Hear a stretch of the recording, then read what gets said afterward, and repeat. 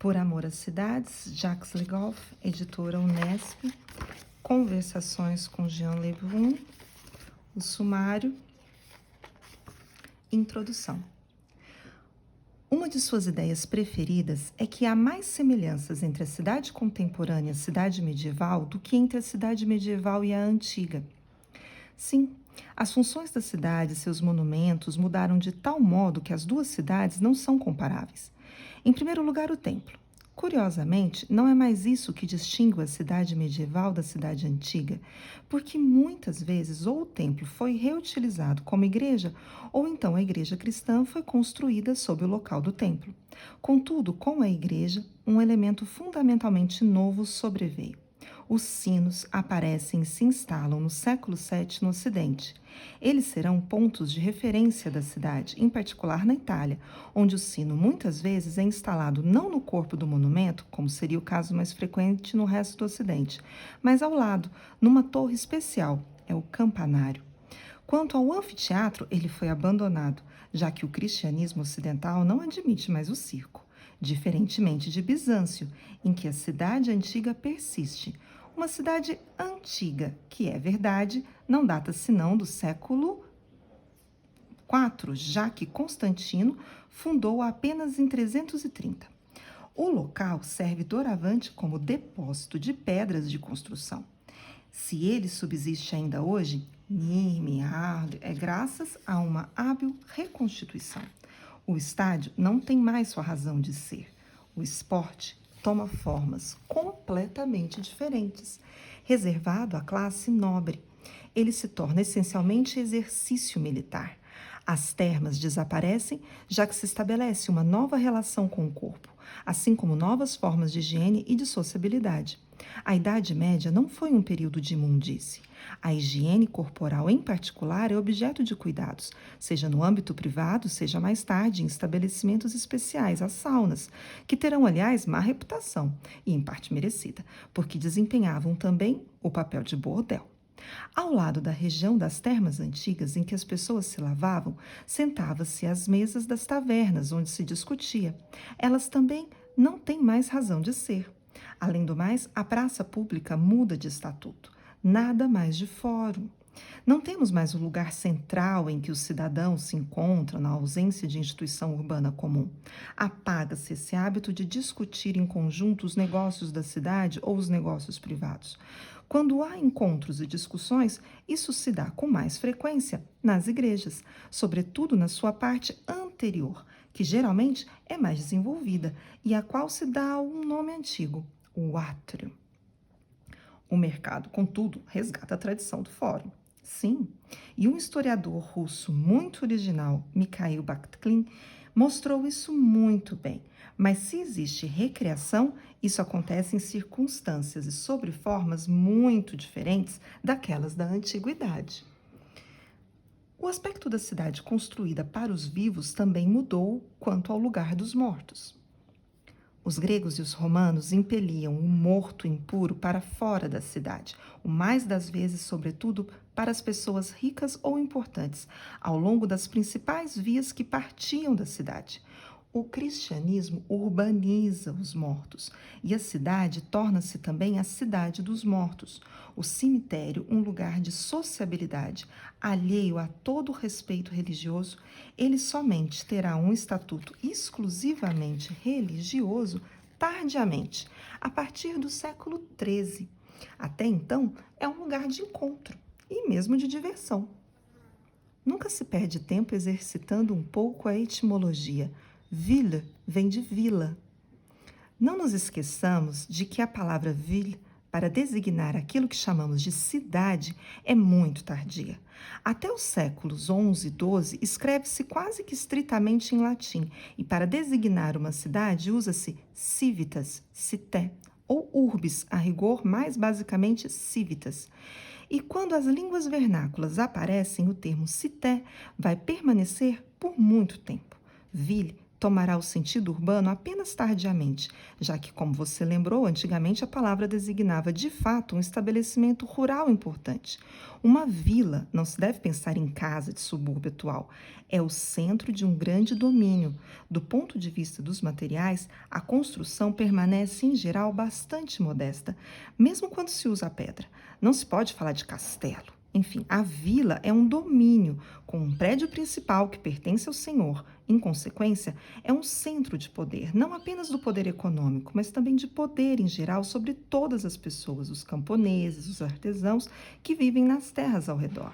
Desse modo, quando se passa a dizer em francês la ville, o italiano conservará o termo citar.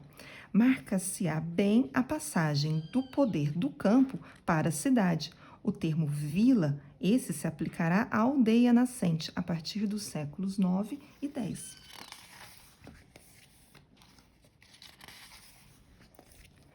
A vila da antiguidade não terá mais razão de ser, e a palavra subúrbio, então, ela manifesta, se continuarmos a exercitar a etimologia, um fenômeno que diferencia a Idade Média da Antiguidade. A cidade obtém um poder novo sobre um setor que depende dela. Absolutamente. Com a instalação de uma nova classe dominante originada dos bárbaros, ou com mais frequência da fusão entre as populações romanas antigas e populações bárbaras estabelecidas no território do antigo Império Romano, aparece uma forma de poder cujas origens são germânicas e que se denomina a banalidade. O direito de banalidade é um direito de comando bastante geral que inclui direitos de justiça, mas, sobretudo, direitos econômicos.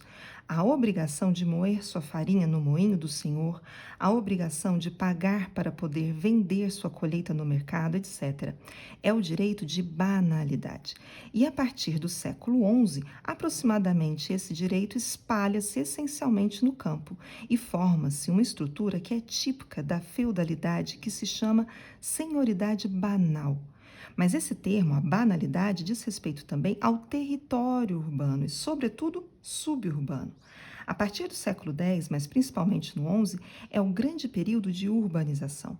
Prefiro utilizar esse termo mais do que o do renascimento urbano, já que penso que, salvo exceção, não há continuidade entre a Idade Média e a Antiguidade.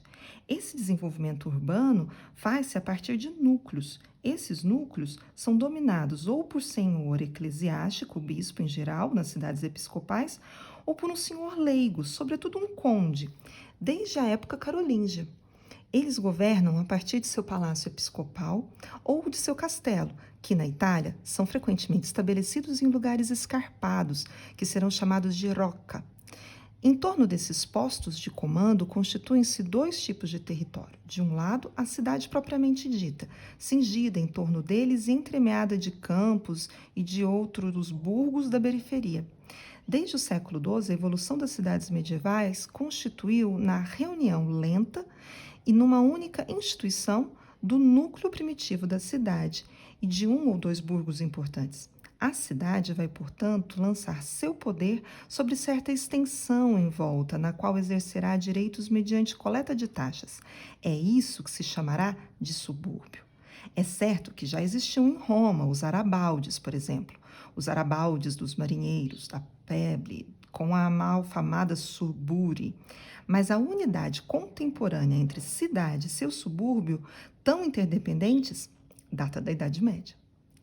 Ainda assim, a muralha isola a cidade com suas portas que podem se fechar de novo para o subúrbio. Observe que essas portas dão ritmo à nova muralha, que é, em Paris, o bulevar periférico, tornando ao mesmo tempo tão impermeável e poroso quanto as velhas muralhas. É a permeabilidade desde a Idade Média entre o subúrbio e a cidade sobre a qual o senhor gosta de insistir. Jamais se dirá o suficiente quanto à importância das ordens mendicantes.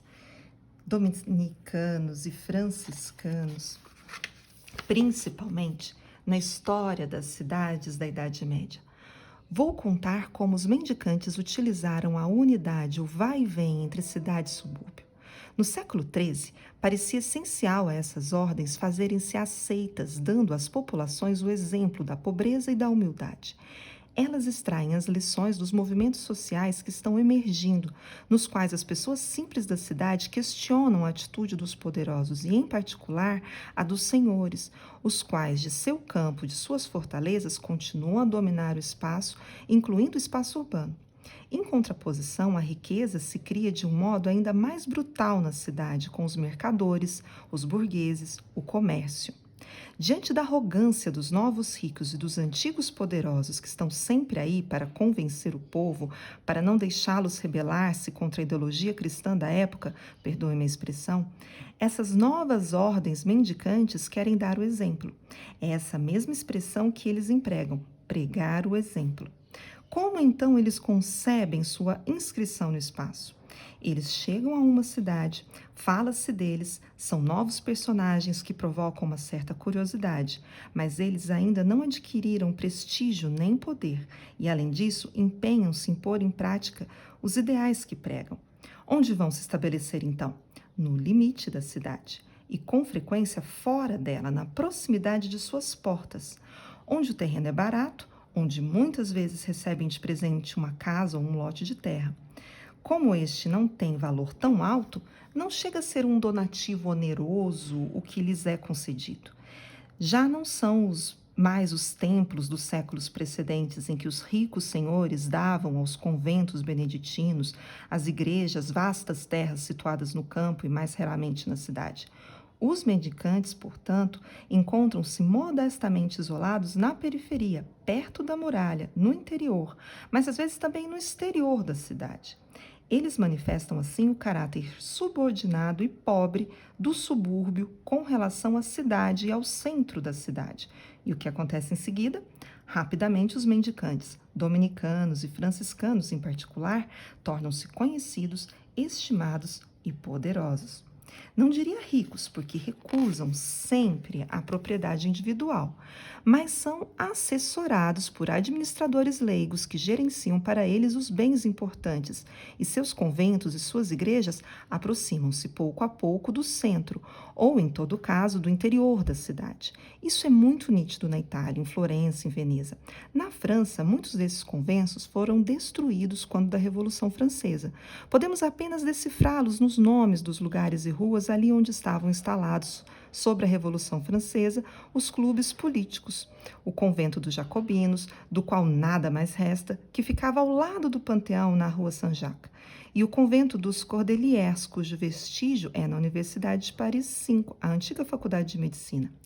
Como melhor ilustrar a imantação do subúrbio pelo centro que a Idade Média colocou em movimento e a época contemporânea concluiu? A questão central desse livro constituirá interrogar a cidade na longa duração que começa, a seu ver, na Idade Média. A cidade se estende para todos os lados hoje, e os terrenos próximos dos aeroportos ou das novas confluências de via podem tornar-se mais caros que os do centro. Os equilíbrios tradicionais da urbanização não foram rompidos em proveito da periferia? Você aponta para uma diferença de dimensão que é preciso desde já esclarecer pela demografia. Hoje, a maioria da população mundial vive em cidades, o que não significa que todos os citadinos renunciaram às atividades agrícolas. Pensemos nas cidades da China, nas do leste da Rússia ou em Kinshasa, que nisso lembram as cidades medievais. Ocorre que estas, no início do século XVI, concentravam talvez 10% da população do Ocidente, 10% apenas. Mas esses 10% dispunham de um poder criador, um poder de dominação, um poder de difusão de riquezas, um poder que não era proporcional aos números da população, tal como aquelas águas nas quais se derrama uma gota de corante que basta para colorir toda a bacia. Falar em colorir, eu vou voltar para a gente ver as imagens e suas legendas. A primeira que apareceu foi essa daqui. Esta representação de Troia, após sua reconstrução, mescla a Idade Média, muralha, torre, e a Antiguidade, colunas amplas, portas. Ela coloca em cena aqueles que dominam a cidade, príncipe, cavalheiros e caçadores. Iluminura extraída do Roman de Troie, de Benoît de Saint-Maur. 1340-1360, manuscrito na Biblioteca de Roma, no Vaticano. Depois, essa outra imagem com a seguinte legenda. A pregação dos frades mendicantes é um dos momentos fortes da sociabilidade urbana a partir do século XIII. Ela combina discurso religioso e novidades da vida na cidade. Domenico Beccafumi, Prêche de Saint-Bernardin de Sienne, sur la place de Sienne, 1537. Fragmento da seção inferior do altar para o oratório de São Bernardino de Siena, em Paris, no Louvre.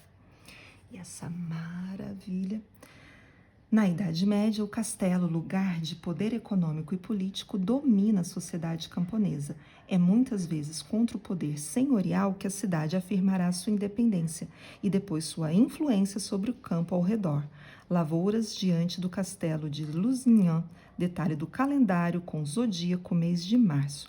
Iluminura extraída das Très Riches Heures do Duc de Berry, de Paul de Limbourg, do século XV. O manuscrito está no Museu Condé de Chantilly.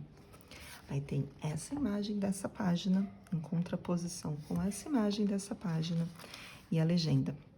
À esquerda, pontilhada de portas, a muralha isola o espaço urbano no plano material, assegura sua defesa e permite o controle da circulação com o exterior. Em horas determinadas, à tarde e pela manhã, a cidade se fecha atrás de suas muralhas. A alegoria da segurança sobrevoa a cidade. Ambrósio Lorenzetti, Efeitos do Bom Governo na Cidade, 1337, em Siena, Palácio Público.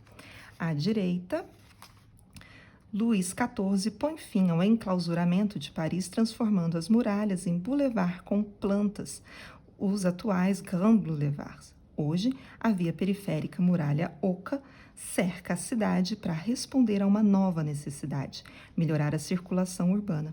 Boulevard Periférico de Paris, vista da porta de Champerret, fotografia de 1974.